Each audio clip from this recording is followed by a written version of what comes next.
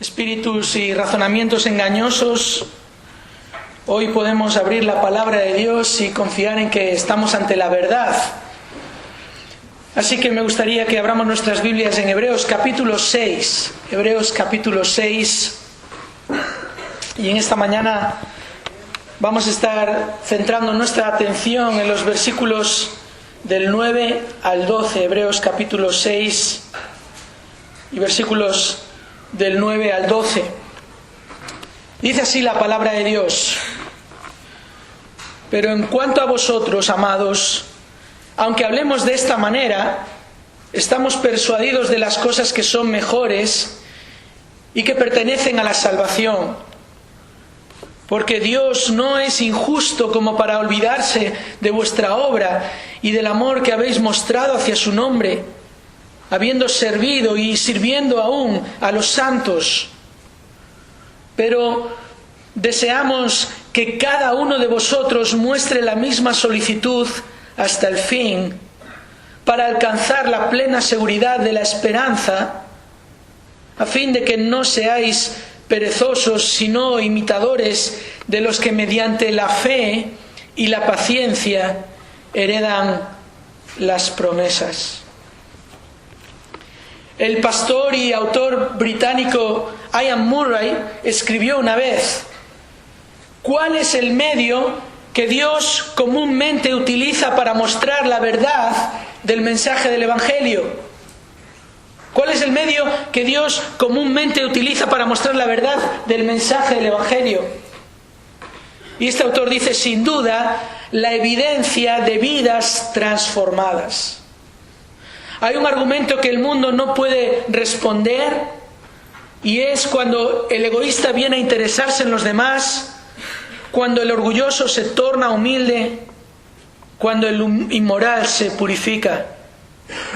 Son los hombres y mujeres espirituales los que hacen que el Evangelio sea visible ante el mundo. Los cristianos son personas muy diferentes de lo que eran antes y muy diferentes de la sociedad en la que viven. Creo que este hermano tiene toda la razón. La mejor manera de respaldar la verdad del Evangelio es la evidencia de vidas transformadas por el Evangelio. La evidencia del poder de Dios en los creyentes. En nuestra misión como discípulos de Jesús, en nuestra misión de hacer discípulos, nuestro Señor claramente nos dejó dos mandatos: predicar la verdad, recordáis, id y predicad el Evangelio. También otro mandato, el mandato de vivir de acuerdo a la verdad. En Mateo capítulo 5, versículo 16, Jesús dice: así brille vuestra luz delante de los hombres, para que vean vuestras buenas acciones y glorifiquen a vuestro Padre que está en los cielos. El apóstol Pedro recogió esta enseñanza de Jesús y la recordó a aquellos a los que les escribió su primera carta. 1 Pedro 2:12 dice: mantened entre los gentiles una conducta irreprochable, a fin de que en aquello que os calumnian como malhechores, ellos, por razón de vuestras buenas obras, al considerarlas, glorifiquen a Dios en el día de la visitación. Y el apóstol Pablo, en su carta a su joven colaborador Tito, le advirtió que debía enseñar a los creyentes en la isla de Creta a vivir de acuerdo a la verdad, a vivir de acuerdo a la sana doctrina, para que la palabra de Dios no sea blasfemada, para que adornasen la doctrina de Dios nuestro Salvador en todo respecto. Nuestra vida de fe es el respaldo para la fe que profesamos y predicamos. ¿Lo has oído? Nuestra vida de fe es el respaldo para la fe que profesamos y predicamos. Nuestra obediencia y lealtad al Señor son un testimonio y un ejemplo de lo que Dios hace con aquellos que salva. Pero sabéis, este ejemplo no es solo fundamental en nuestro testimonio al mundo que nos rodea, también es fundamental dentro de la iglesia. ¿Por qué? Porque, hermanos, la triste realidad es que la palabra de Dios nos recuerda que en la iglesia hay verdaderos creyentes y hay falsos creyentes. En 1 Corintios capítulo 11, versículo 17, Pablo le dice a esta iglesia: al daros estas instrucciones no os alabo porque no os congregáis para lo bueno, sino para lo malo. Pues en primer lugar oigo que cuando reunís como iglesia hay divisiones entre vosotros. Y en parte lo creo, porque es necesario que entre vosotros haya bandos, a fin de que se manifiesten entre vosotros los que son aprobados. El apóstol Juan escribe en su primera carta, capítulo 2, versículo 18: hijitos, es la última hora, y así como oísteis que el anticristo viene, también ahora han surgido muchos anticristos. Por eso sabemos que es la última hora. Salieron de nosotros, pero en realidad no eran de nosotros, porque si hubieran sido de nosotros, habrían permanecido con nosotros. Pero salieron a fin de que se manifestara que no todos son de nosotros. La Biblia nos habla de esta realidad. En la iglesia, aquellos que profesan tener fe, pero en realidad no la tienen, y es lo que vemos claramente en esta sección de la carta a los hebreos que estamos estudiando. Esta sección que empieza en el capítulo 5 y versículo 11 y que va hasta este versículo 12 del capítulo 6. Y es una sección que hoy vamos a completar. Y como ya hemos estado explicando, el autor de esta carta se está dirigiendo a dos grupos diferentes de personas. Todos habían sido expuestos a la verdad del Evangelio. Lo vimos en el capítulo 6, versículo 4, cuando se nos habla del caso de los que fueron expuestos al Evangelio, pero en realidad no creyeron, pero piensan que son salvos y por eso es imposible que sean salvados. Es imposible, dice el pasaje, renovarlos otra vez para arrepentimiento. Así que todos habían sido expuestos a la verdad, iluminados, que todos habían probado el don celestial que es Cristo, como ya vimos. Todos habían visto el poder del Espíritu Santo.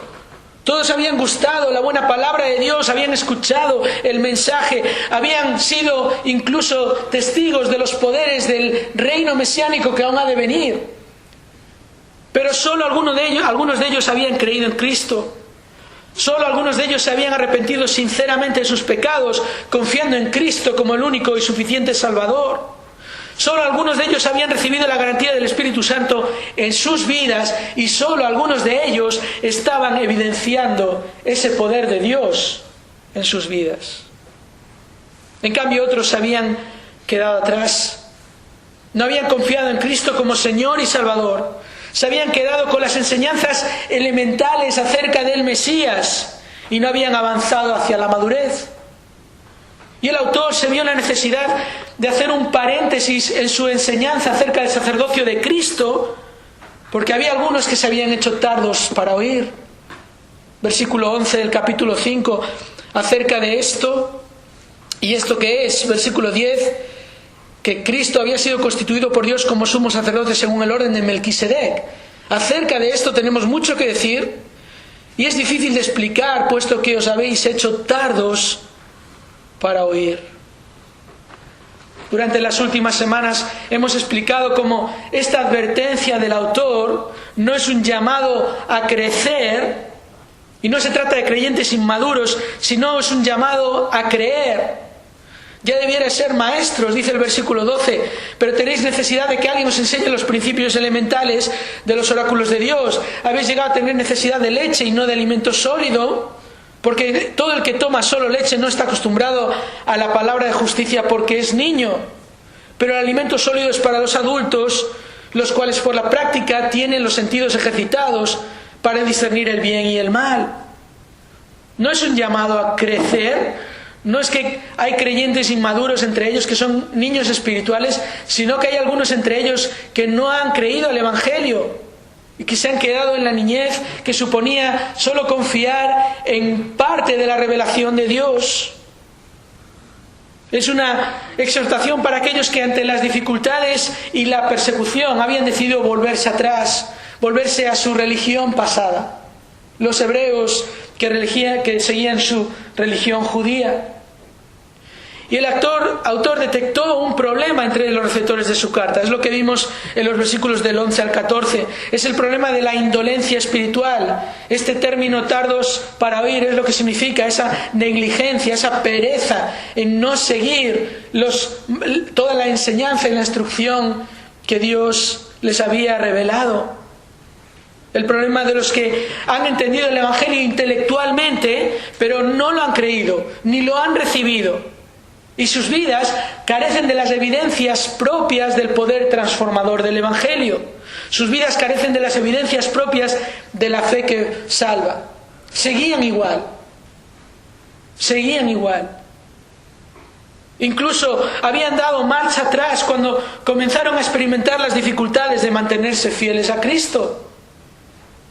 Preferían la comodidad de su religión antes que las complicaciones por seguir a Jesús.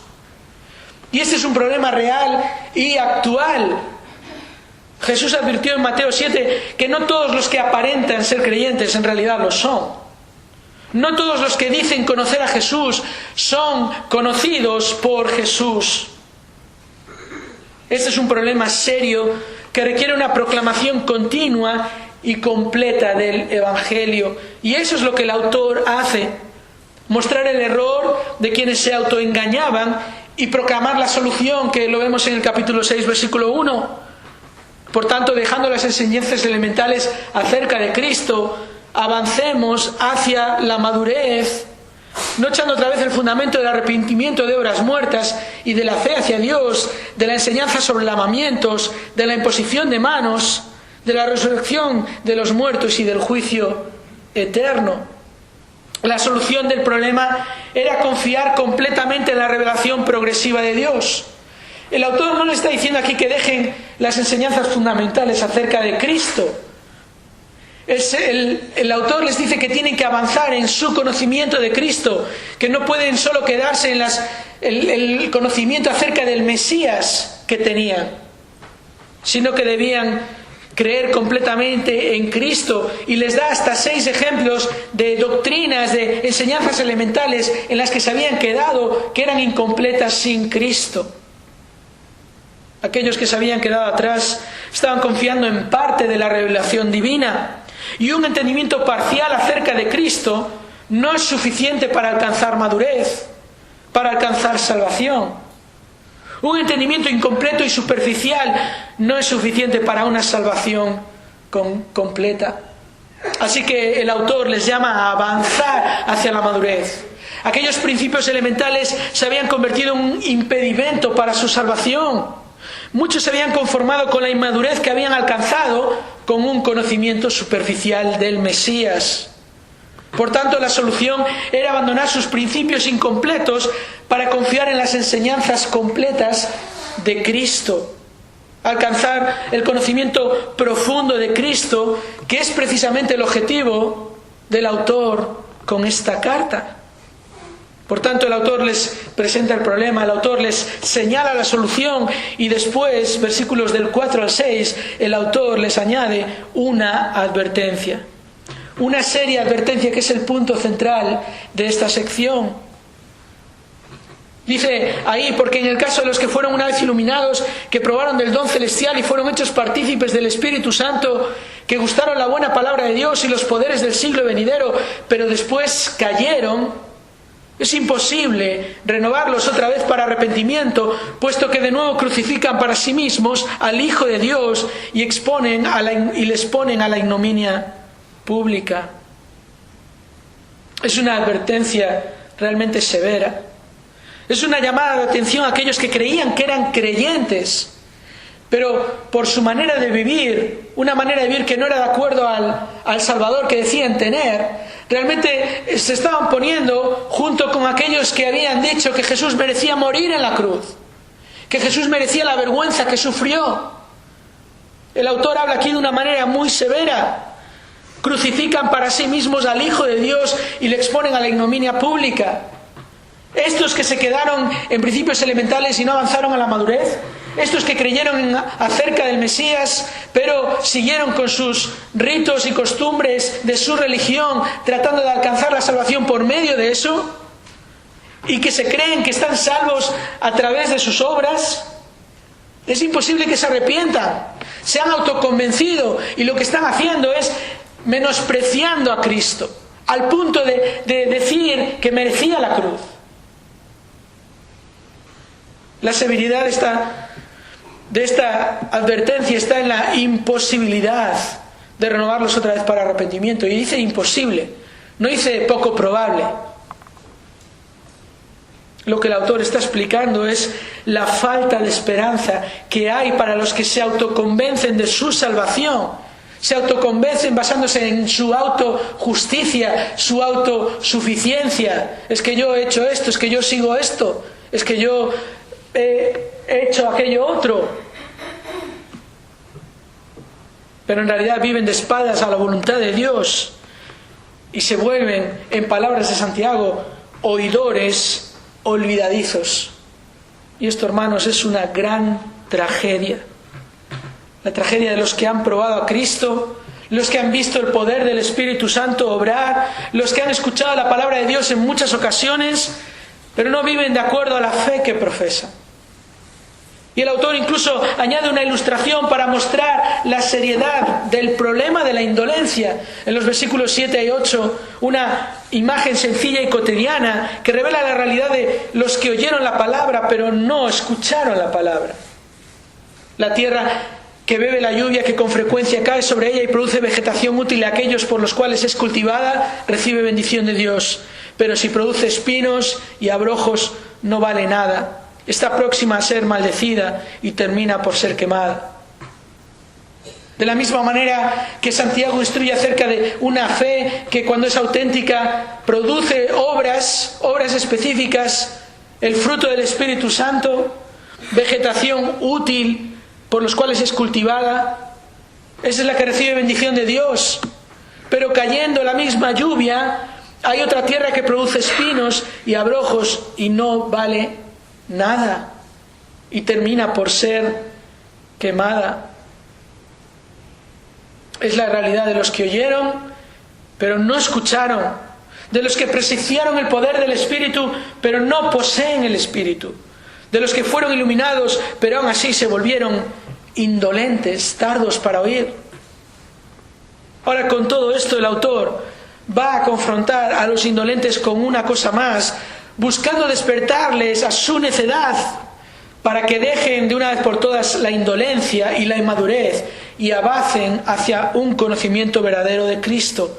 Y esto lo encontramos en los versículos que hemos leído, los versículos del 9 al 12. Un recurso final en su exhortación, después del problema, de presentar el problema, de señalar la solución, de añadir la advertencia, de presentarles una ilustración. Ahora finalmente el autor les pone un ejemplo, el ejemplo de los que sí han alcanzado madurez, el ejemplo que tenían delante. Esto es lo que ocurre en la iglesia. Están los que creen y en ellos están las evidencias, el poder transformador del Evangelio, y están los que dicen creer, que no cambian y que tienen a estos que sí han cambiado como un ejemplo continuo para ellos. De que si no están viviendo de esa manera, quizás entonces es que no han comprendido el Evangelio y no han aceptado a Cristo como Señor y Salvador. En estos versículos el autor se va a dirigir por un momento a los que sí eran auténticos creyentes. Lo va a hacer para animarles a seguir adelante en su fe auténtica y evidente, y finalmente va a expresar su deseo de que todos los receptores de la carta alcancen la plena seguridad de la esperanza que solo está en Cristo, la esperanza de la vida eterna por medio del gran sumo sacerdote que es Cristo, aquel que llevó a cabo la purificación de los pecados. En estos versículos del capítulo 6, versículos del 9 al 12, vemos un ejemplo a seguir. Un ejemplo a seguir para alcanzar salvación, la plena seguridad de la esperanza. Un ejemplo que es la evidencia de vidas transformadas.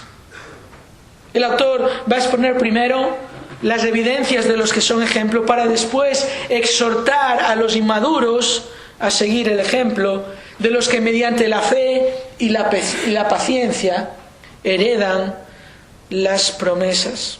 Así que veamos, hermanos, primero las evidencias de los que son ejemplo. Fijaos, versículo 9, pero en cuanto a vosotros, amados. Lo primero que hemos de notar en este pasaje es un cambio. El autor dice, en cuanto a vosotros. En el versículo 4 dice, en el caso de los que fueron.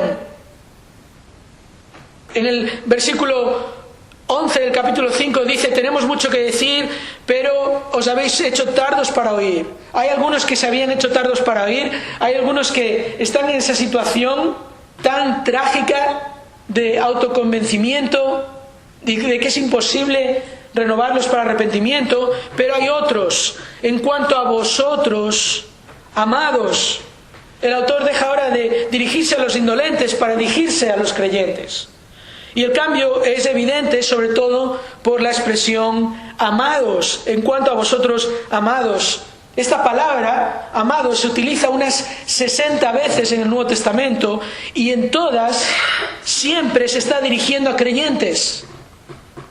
A veces a judíos, a veces a gentiles, pero siempre a creyentes. En ningún caso se utiliza para referirse a incrédulos o para referirse a apóstatas. Es claro en el texto. En cuanto a vosotros, amados.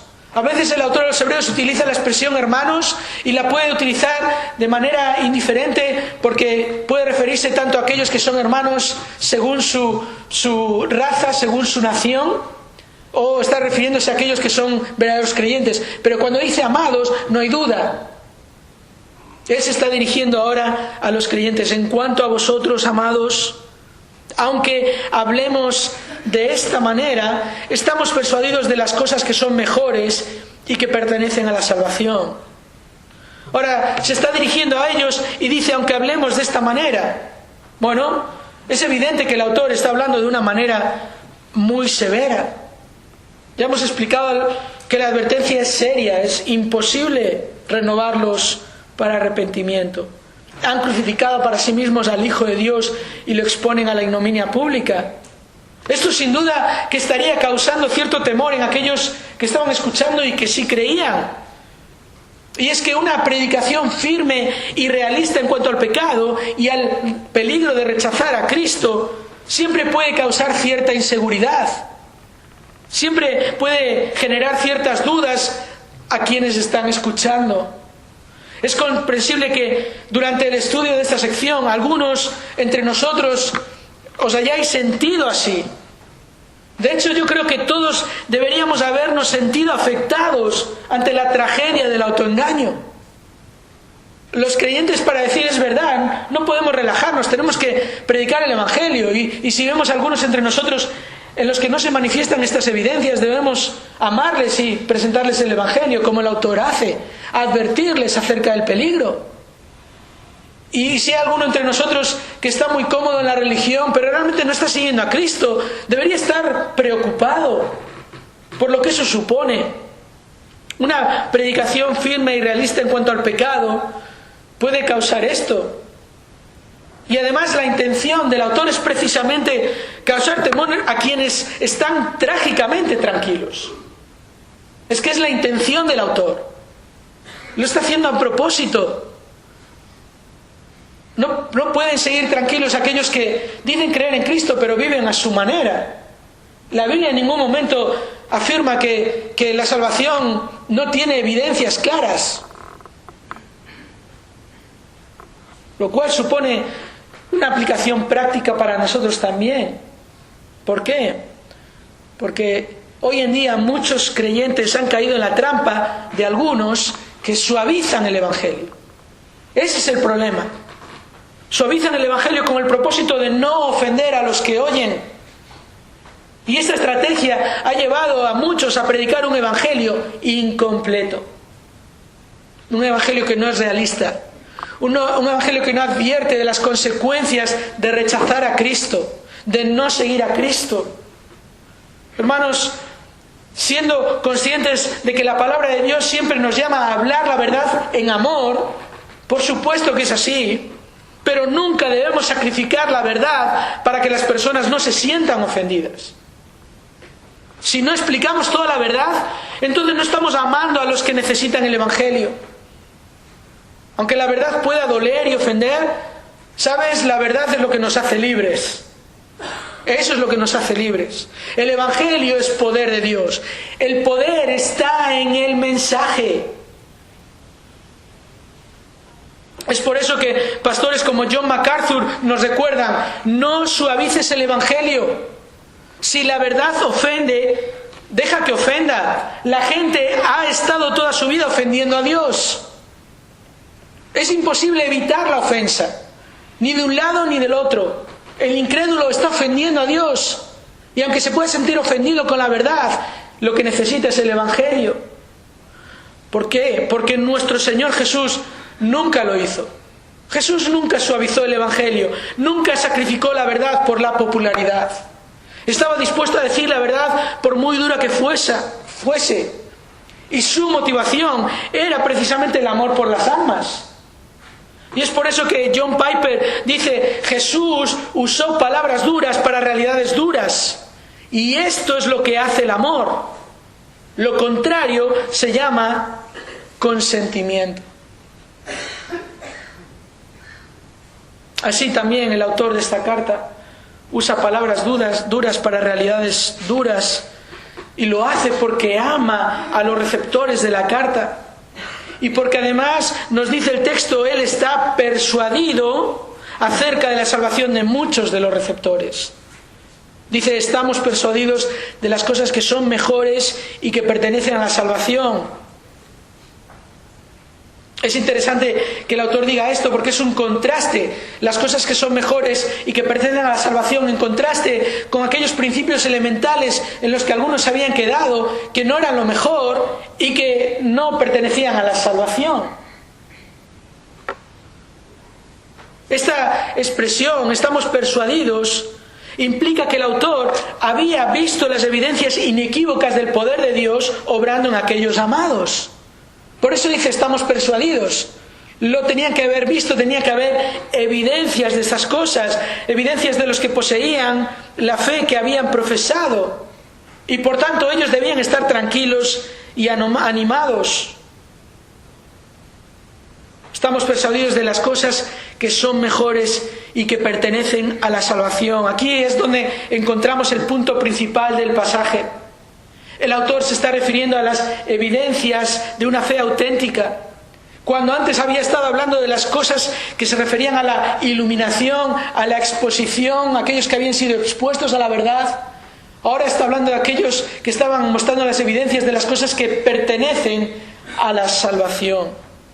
Ahora está hablando de estas evidencias que el autor seguramente había podido constatar, por las cuales él estaba persuadido. Estaba convencido de que aquellos eran de los que no retrocedían. Como luego el autor a los hebreos precisamente va a decir al final del capítulo 10, nosotros no somos de los que retroceden para perdición, sino de los que tienen fe para la preservación del alma. Y el autor expone ahora estas evidencias que suponen un ejemplo a seguir. Versículo 10, porque Dios no es injusto como para olvidarse de vuestra obra y del amor que habéis mostrado hacia su nombre, habiendo servido y sirviendo aún a los santos. Fijaos, hermanos, de qué manera tan enfática habla aquí el autor para afirmar la salvación de aquellos que sí habían puesto toda su confianza en Cristo. Dos afirmaciones poderosas del carácter de Dios. Primero, Dios no es injusto. Él nunca hará nada injusto. Él nunca actúa ni actuará en contra de lo que es justo. Tenemos un Dios justo. Él no es injusto. La segunda afirmación poderosa es que Dios no olvida. Dios no es injusto como para olvidarse de vuestra obra y del amor que habéis mostrado hacia su nombre. Dios no olvida. Dios sabe. Dios conoce a los que son suyos. Como dice también el apóstol Pablo en 2 Timoteo, capítulo 2 y versículo 19, 2 Timoteo 2:19, no obstante, el sólido fundamento de Dios permanece firme teniendo este sello: el Señor conoce a los que son suyos. El Señor conoce a los que son suyos. Tranquilos, hermanos, le está diciendo el autor. Vosotros, amados, vosotros que sí sois creyentes porque estáis demostrando esas evidencias son claras en vuestra vida. Tranquilos, Dios no es injusto, Dios no olvida. ¿Y qué es lo que Dios no olvida? Vuestra obra. Vuestra obra. Ahora, el autor está aquí afirmando la salvación por las obras, que Dios no olvida vuestra obra como para salvar. No. El autor aquí está hablando como lo hace Santiago en su carta cuando nos enseña que la fe que salva tiene sus obras, que la fe auténtica tiene su fruto específico. Eso es lo que el autor está diciendo aquí. El autor está hablando de las evidencias que constatan el poder de Dios en una persona que ha sido trasladada del reino de las tinieblas al reino de su Hijo amado. Las evidencias de una persona que ha sido regenerada por el Espíritu de Dios y que por tanto evidencia el fruto del Espíritu de Dios en su vida. Una persona que ha sido transformada internamente. Y el Nuevo Testamento nos habla de estas evidencias. Varias evidencias que demuestran la salvación. Varias evidencias que suponen la plena seguridad de salvación. No en lo que nosotros hayamos hecho, sino en lo que Dios ha hecho en nosotros y lo que Dios hace a través de nosotros. Pero el autor aquí va a mencionar específicamente 3 de esas evidencias. Y quizás son las más importantes. Esas 3 evidencias que vemos en este pasaje es primero el amor hacia Dios, luego la esperanza, una esperanza plena, y luego la fe y la paciencia, la fe que persevera, la fe que es paciente.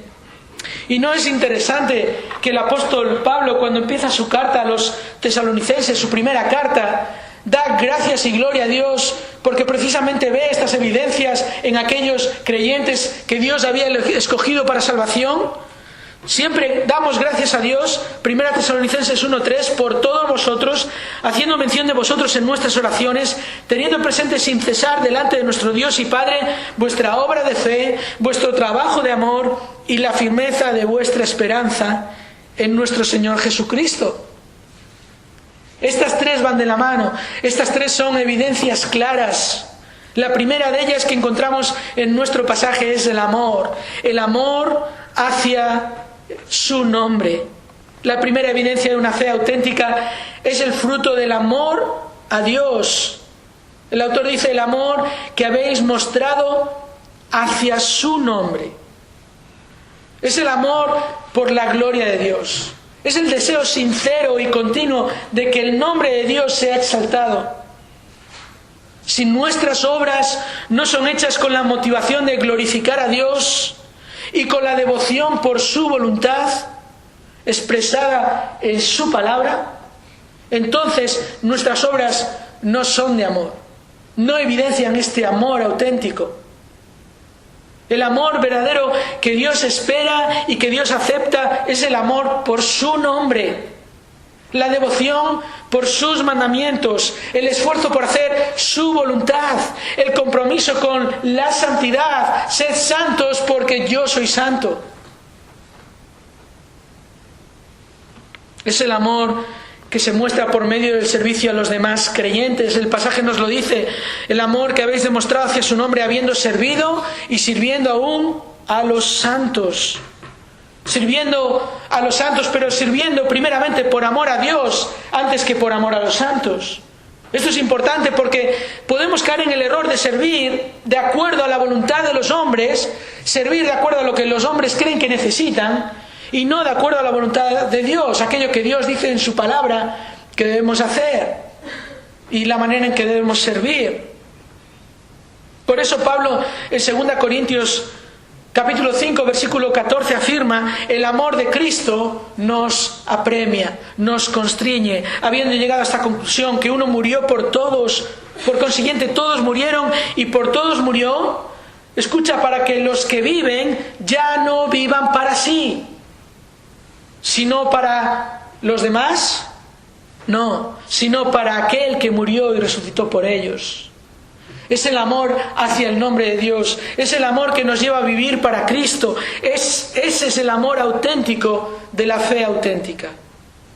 Ese es el amor que el Espíritu Santo produce en aquellos que son de Cristo, aquellos que tienen al Espíritu morando en ellos. Cuando el Señor Jesús restauró a Pedro después de que le negó y después de resucitar el Señor, ¿recordáis qué fue lo que el Señor Jesús le preguntó a Pedro? ¿Recordáis la pregunta? Pedro, ¿qué? ¿Me amas? ¿Y sabéis luego lo que le mandó a hacer en base a ese amor? Le dijo, pastorea mis ovejas, sirve a los santos, sirve a los santos por amor a tu Señor.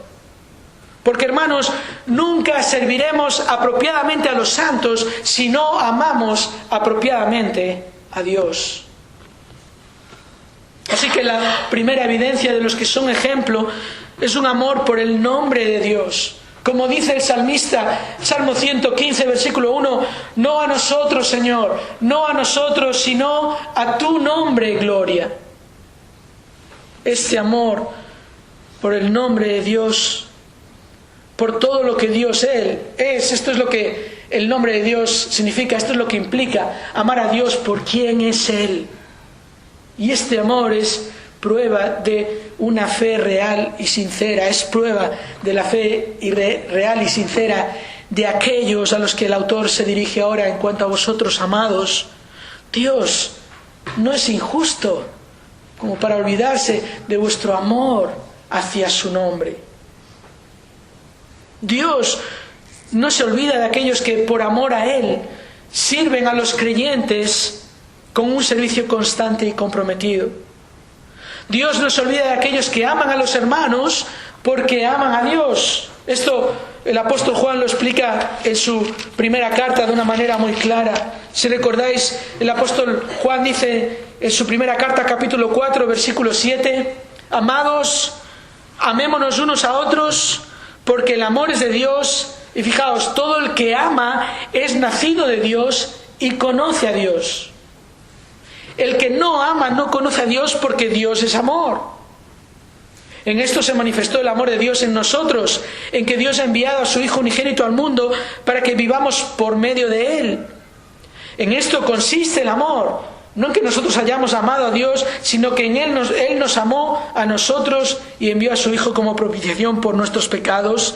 Y por tanto dice Juan en el versículo 11, amados, si Dios así nos amó, también nosotros debemos ¿qué? Amarnos unos a otros.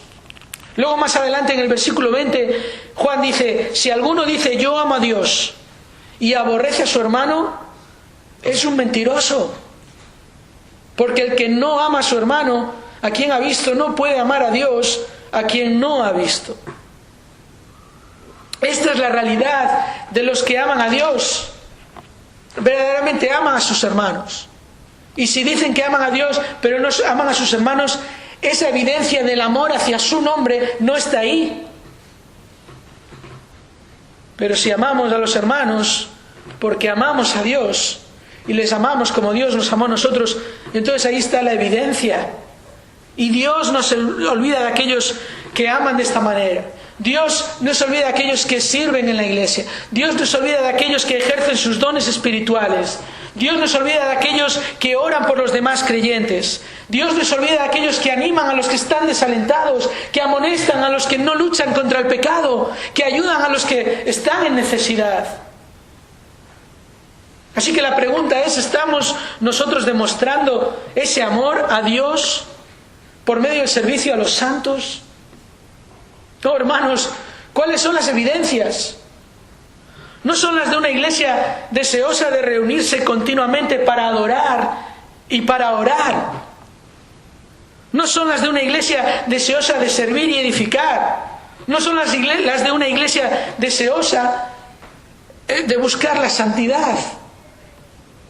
¿Cuáles son las evidencias que caracterizan a nuestra iglesia?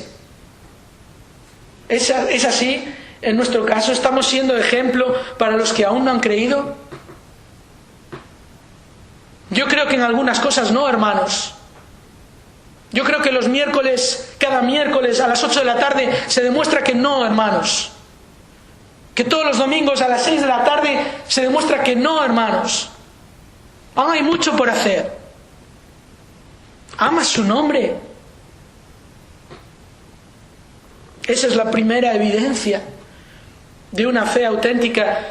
La segunda evidencia la encontramos en el versículo siguiente, el versículo 11, y es la evidencia de una esperanza plena y segura.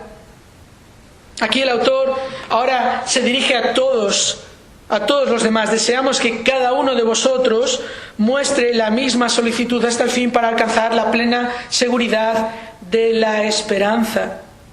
Y el autor lo que está poniendo es el ejemplo, o como ejemplo, a aquellos que tenían esta seguridad, esta esperanza, con respecto a aquellos que no mostraban la misma solicitud.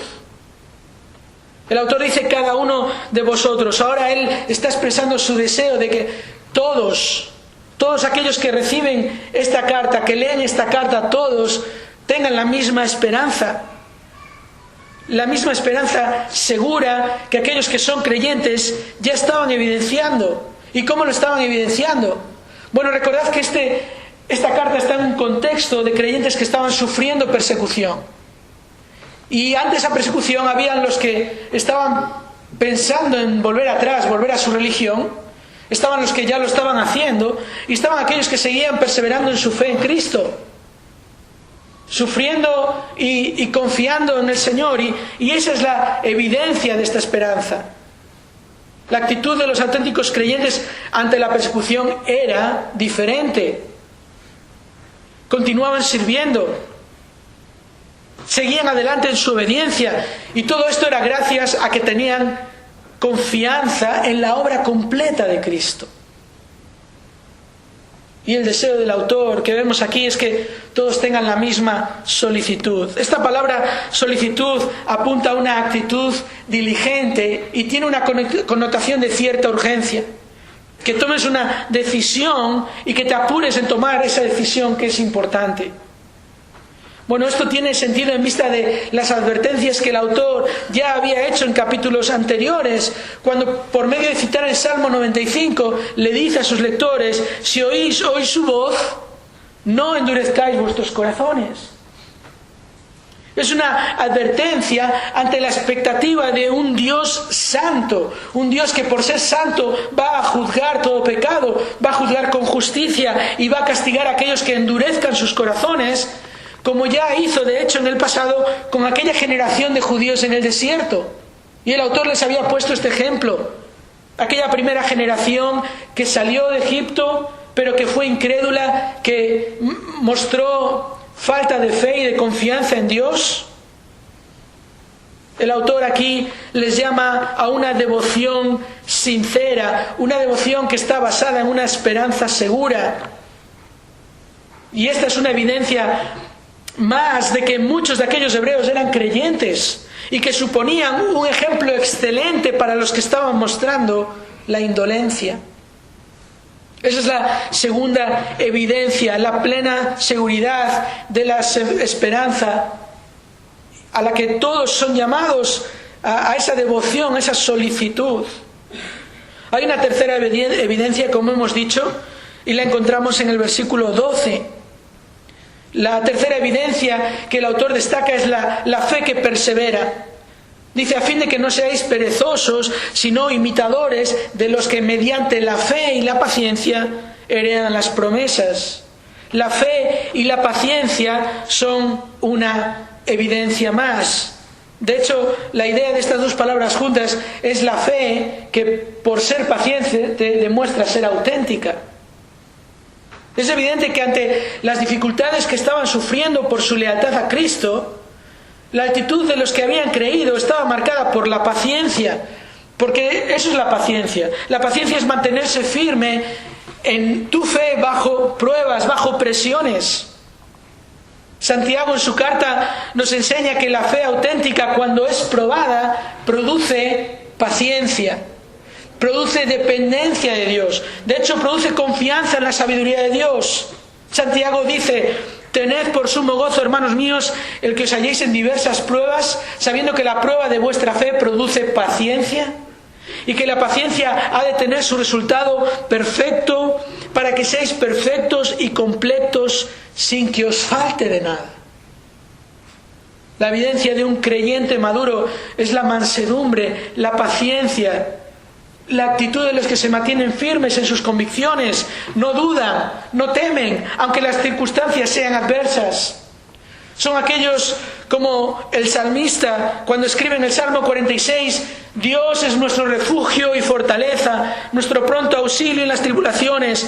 Por tanto, no temeremos aunque la tierra sufra cambios y aunque los montes se deslicen al fondo de los mares, aunque bramen y se agiten sus aguas, aunque tiemblen los montes con creciente enojo. No temeremos. Martín Lutero escribió su himno más conocido basándose en este salmo: Castillo fuerte es nuestro Dios. Y la manera en que terminó su canción, su himno, muestra esta fe paciente, esta confianza en la providencia y la soberanía de Dios. Nos pueden despojar de bienes, nombre, hogar, el cuerpo destruir, mas siempre ha de existir de Dios el reino eterno. Estas son las evidencias, hermanos: amor hacia su nombre, una esperanza segura basada en la obra de Cristo y una fe que persevera, una fe que florece y se fortalece con las pruebas. Estas son las evidencias de aquellos que suponían un ejemplo a seguir para los que se habían hecho tardos para oír. Y por eso, en base a estas evidencias, el autor dice: deseamos, versículo 11, que cada uno de vosotros muestre la misma solicitud hasta el fin. Las evidencias de los que son ejemplo, y ahora la exhortación a seguir el ejemplo. El autor tiene un deseo, ¿verdad? Que muestren la misma solicitud, que no descuiden una salvación tan grande, una salvación anunciada, una salvación confirmada. Que no sean como aquella generación en el desierto que despreció la salvación inmerecida de Dios. Y aunque salieron de Egipto, salieron para morir en el desierto por su incredulidad. Porque, como dice el autor a los hebreos, se les anunció la buena nueva, pero la palabra que ellos oyeron no les aprovechó por no ir acompañada por la fe en los que oyeron. Hay una urgencia en la exhortación. Deseamos que cada uno de vosotros muestre la misma solicitud. Es tiempo de tomar la decisión. No sabían cuánto iba a durar el día de salvación. Hoy, dice el autor, hoy, enfatiza el autor, hoy es el día de la salvación. De la misma manera sucede con nosotros. Nosotros no sabemos cuánto va a durar nuestra vida. Nosotros sí sabemos la fragilidad que hay en nuestros cuerpos. Nosotros sí que conocemos la debilidad de nuestra existencia. Y los que somos de Cristo sabemos además de la inminencia de su venida. Él viene y hoy es el día de salvación. Y la exhortación es imitar a los que han creído. Versículo 12, a fin de que no seáis perezosos. Esta palabra se puede traducir también como indolentes, y esta palabra es de hecho la misma que en el versículo 11 se traduce como tardos para oír. La misma palabra, no seáis indolentes, es el llamado final a estos. Dejad la indolencia, dejad la inmadurez, imitad a los que mediante la fe y la paciencia heredan las promesas. Mirad el ejemplo entre vosotros, aquellos que aman a Dios y lo demuestran amando a los demás y sirviendo a los demás y sirviendo en la iglesia. Aquellos que claramente muestran su esperanza en Cristo en todo momento, aun ante las circunstancias más adversas, y aun en esas circunstancias lo que vemos es la evidencia de una fe que crece, no una fe que se desvanece. La exhortación es imitar a los que han creído, el ejemplo de vidas transformadas. El egoísta que ahora de repente se interesa por los demás, el orgulloso que ahora se muestra sinceramente humilde, el inmoral que ahora es ejemplo de pureza. Hombres y mujeres espirituales que aman a Dios, que sirven a los santos, que viven de acuerdo a una esperanza viva, que muestran una fe genuina en la mayor de las dificultades, que hacen el Evangelio visible. Como dice el apóstol Pablo a los Filipenses 2:15, irreprensibles y sencillos, hijos de Dios sin tacha, en medio de una generación torcida y perversa, en medio de la cual resplandecéis como luminares. En medio de la cual resplandecéis como luminares en el mundo. Y no solo en el mundo, aún en la iglesia. En la iglesia donde están los que son el ejemplo a seguir y donde están aún los que necesitan seguir el ejemplo. ¿En qué grupo estás tú? ¿En qué grupo de estos dos? ¿Indolente o creyente? ¿Tardo para oír o solícito en amar a Dios y amar a los demás y demostrar tu esperanza y evidenciar tu fe por medio de la paciencia? Oh, que sea la experiencia de todos hoy, que esta iglesia esté llena de aquellos que son el ejemplo a seguir. Vamos a terminar con una oración.